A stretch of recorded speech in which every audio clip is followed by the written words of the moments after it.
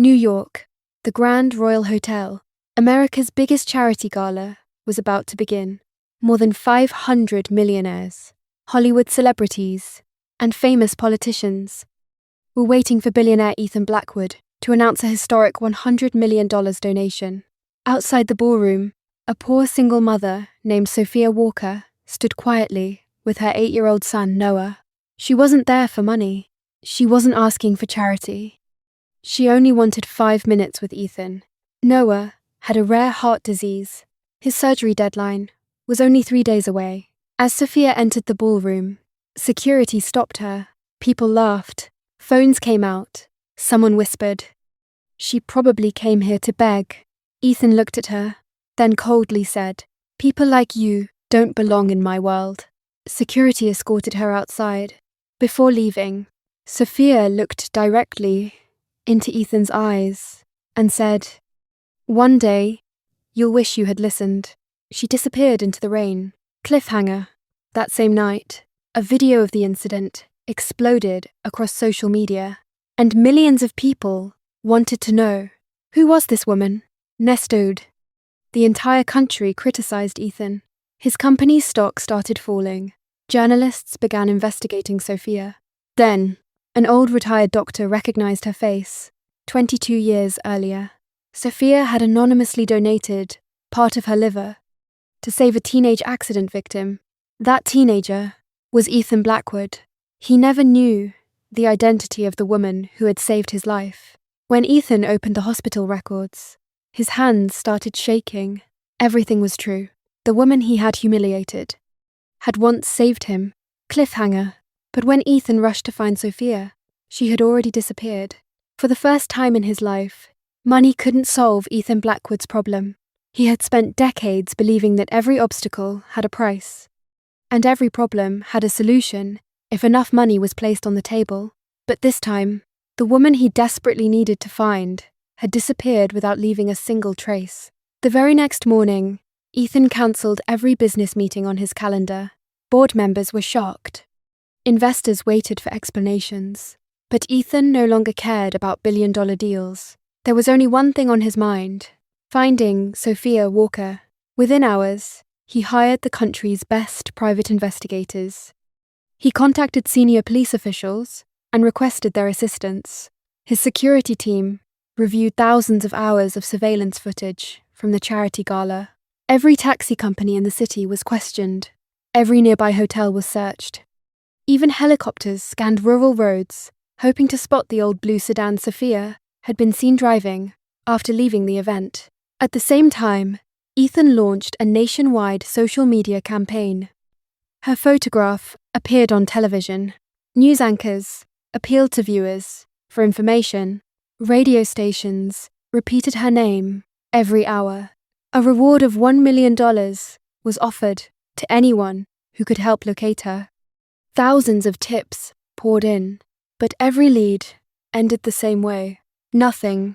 Days turned into a week. The guilt inside Ethan grew heavier with every sunrise. Every night, he replayed the moment he had humiliated Sophia in front of hundreds of strangers. Her quiet voice, her tired eyes, and the heartbreaking words she had whispered before walking away. One day, "You'll wish you had listened to me." Now, he understood exactly what she meant. Late one rainy evening, as Ethan sat alone in his office, staring at Sophia's hospital records, his phone suddenly rang. The number was unfamiliar. He answered immediately. A calm but exhausted voice spoke from the other end.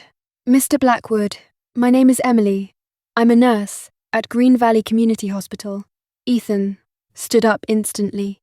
"Do you know where Sophia is?" There was a brief silence. "Yes," the nurse replied softly, "but you need to come quickly." Without asking another question, Ethan boarded his private helicopter and flew toward the small countryside hospital. The building was old. The waiting room was nearly empty. When Ethan arrived, he expected to find Sophia lying in a hospital bed. Instead, he found her sitting alone outside the intensive care unit. Her clothes were worn. Her face showed days of exhaustion. She wasn't the patient. Her son, Noah, The nurse explained everything. Noah's rare heart condition had suddenly worsened.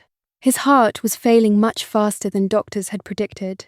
The medical team had done everything they could, but there was only one chance left: an emergency heart transplant. The lead surgeon entered the hallway and looked directly at Ethan. Without a transplant within the next 24 hours, he won't survive. The words echoed through the silent corridor. Ethan immediately called the best cardiac surgeons in the world. Private jets were placed on standby. Specialists from 3 countries agreed to fly in overnight. Money was no object. Every available resource was activated. Finally, just before midnight, a matching donor heart was located. For one brief moment, hope returned, but the relief lasted only seconds. The transplant coordinator delivered devastating news. The donor heart had already been legally assigned to another critically ill child who had been waiting much longer. Hospital regulations could not simply be ignored. There was only one heart, and 2 children whose lives depended on it. Ethan slowly lowered his head. For the first time, his wealth could not buy another chance. And he now faced the hardest decision of his entire life. Ethan Blackwood refused to surrender. For the first time in his life, his fight wasn't for a business deal, a corporate merger, or another $1 billion. It was for the life of a little boy whose mother had once saved his own. The next 48 hours became a race against time. Ethan contacted hospitals across the United States, Canada, and Europe. His private jet remained on standby, day and night. The world's leading transplant specialists joined emergency video conferences. Every available medical database was searched. Every possible donor list was reviewed. Millions of dollars were spent without hesitation, but none of it guaranteed success. As every hour passed, Noah's condition became more critical. His heartbeat weakened. Doctors warned Sophia that they were running out of time. She sat quietly beside her son's hospital bed, gently holding his tiny hand. Although fear filled her heart, she refused to let Noah see her tears. She smiled every time he opened his eyes, pretending everything would be all right. Late on the second night, a phone call finally arrived. A matching donor heart had become available. The entire medical team sprang into action. Within minutes, surgeons prepared the operating room, while helicopters transported the donor organ under strict medical supervision. As Noah was wheeled toward surgery, Sophia leaned down and kissed his forehead. She whispered softly, "Be brave, my little hero. I'll be waiting for you." Then the operating room doors slowly closed. The long wait began. Sophia remained outside the operating theatre, holding Noah's tiny sneakers tightly against her chest. Those little shoes were the last thing he had worn before entering surgery. Every passing minute felt like an hour. Ethan sat only a few feet away. Neither of them spoke. For the first time, silence carried more weight than words. 7 exhausting hours later, the operating room doors finally opened. The lead surgeon stepped into the hallway. Everyone immediately stood. For a brief moment, the doctor's expression revealed nothing. Then, a gentle smile appeared across his face. The surgery was successful. Sophia covered her face with both hands as tears streamed down her cheeks. She fell to her knees, overwhelmed with relief and gratitude. Standing nearby, Ethan closed his eyes.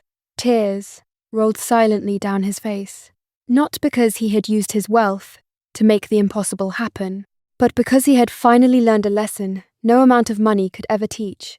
True greatness isn't measured by power, it's measured by compassion. As Noah slowly began his recovery, peace returned to the hospital, but Ethan knew his journey wasn't over. He still owed Sophia something that money could never repay. Months later, an elegant white envelope arrived at Sophia's small apartment. Inside was a single invitation. The same grand ballroom, the same glittering stage, the same billionaire. This time, everything would be different. The ballroom was full again. This time, everyone stood silently. Ethan walked onto the stage. Instead of giving another business speech, He called Sophia forward. Then, in front of thousands of guests, the billionaire slowly knelt before the woman he had once humiliated. He said, "You saved my life before I even knew your name, and I repaid you with humiliation. Today, I ask for your forgiveness." The audience was speechless.